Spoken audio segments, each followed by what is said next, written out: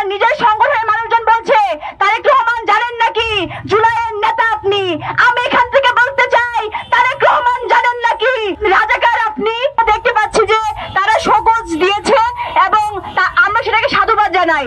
এই সকোজটা অনেক আগে দেওয়া উচিত ছিল এবং তাকে শুধু সকোজ না, তাকে সাথে সাথে বহিষ্কার করা উচিত ছিল। তাকে বহিষ্কার করা হোক দল থেকে, কারণ এই ধরনের মানসিক বিকারগ্রস্ত ব্যক্তি তাদের দলে থেকে তাদের সংগঠনের ভাবমূর্তিকে ক্ষুণ্ণ করছে।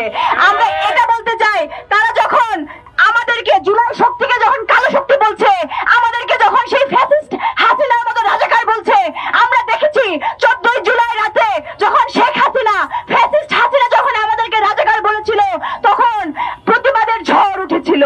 আবার সে কোন সাহসে কোন হিম্মত নিয়ে সে আবার আমাদেরকে রাজাকার বলছে, আমাদেরকে কালো শক্তি বলছে। আবার আমরা এটাও দেখতে পাই তার নিজের সংগঠনের মানুষজন বলছে তারেক রহমান জানেন নাকি জুলাইয়ের নেতা আপনি। আমি এখান থেকে বলতে চাই তারেক রহমান জানেন নাকি রাজাকার আপনি।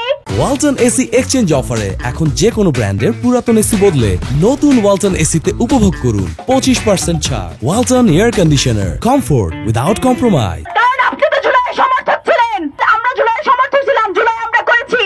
তাহলে আমাদেরকে যখন রাজাকার বলা হচ্ছে তাহলে কি আপনার রাজাকার হন নাই? তাহলে আপনার এত হাত কাঁপছে কেন এই ধরনের মানুষকে দল থেকে বের করে দিতে? আমরা চাই অনতিবিলম্বে বহিষ্কার করেন। আর আমি তারেক রহমানের উদ্দেশ্যে এটা বলতে চাই, আপনার ওই যে এলাকায় যারা লোকাল পলিটিক্স করে, ছাত্র দল করে, বিএমপি করে, তাদেরকে আপনার অনতিবিলম্বে দেশে ফিরে ওয়ার্কশপ নেওয়া উচিত। সাপ্তাহিক ওয়ার্কশপ, নট মাসিক।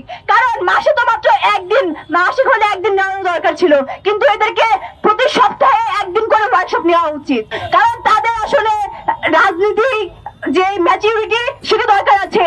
যখন জুলাই শক্তি নিয়ে কে কটূক্তি করছে এবং আমরা আমাদের জায়গা থেকে আমাদের অবস্থান জানা দিচ্ছি, আর একটা গোষ্ঠী এসে এসে আমাদেরকে ইনবক্সে, আমাদের কমেন্ট বক্সে, আমাদের বাসা পর্যন্ত গিয়ে হুমকি দিচ্ছে, আমরা তাদের হুঁশিয়ার করে দিতে চাই আমরা কিন্তু এখনো মরে যাই নাই।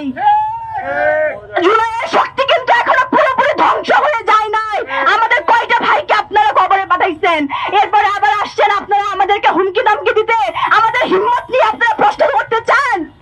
আপনারা তো এতদিন কথা বলতে পারতেন না ভাই। এখন বাংলাদেশে একটা সহাবস্থানের রাজনীতির জায়গা তৈরি হয়েছে। আমরা দেখতে পাচ্ছি বিভিন্ন জায়গায় এই যে নির্বাচন কমিশনের অফিসে আপনারা এখানে মারামারির যে সংস্কৃতি সেটাকে আবার পুনরুত্থান করছেন। আপনারা যখন মার খাইছেন ভাই, এখন কেন এসে আবার হচ্ছে আপনারা এই ধরনের হত্যার রাজনীতি, রক্তের রাজনীতি করতে আসছেন? কেন সহাবস্থান কি ভালো লাগে না? ডিবেটে কি হারিয়ে যাবেন নাকি? আপনাদের এই জন্য পড়াশোনা করা দরকার এবং যেটা শুনে এসে একটা মন্তব্য করা দরকার এবং নিজেদের যে সিদ্ধার সেটাকে উঁচু করা দরকার। আপনারা ঢাকা বিশ্ববিদ্যালয়ে পড়েন, আপনারা ডাকসুর প্যানেল থেকে আপনারা নেতা হবেন, কিন্তু আপনারা যৌক্তিক কোনো কথা বলতে পারেন না। এত গোলামি কিসের আপনাদের? জুলাই নিয়ে যখন কথা বলা হয়েছে আপনারা সেটা নিয়েও বলতে পারেন না, অথচ আপনার জুলাই যুদ্ধ হিসাবে নিজেদেরকে দাবি করেন। আমরা ধিক্কার জানাই এই ধরনের মানসিকতাকে।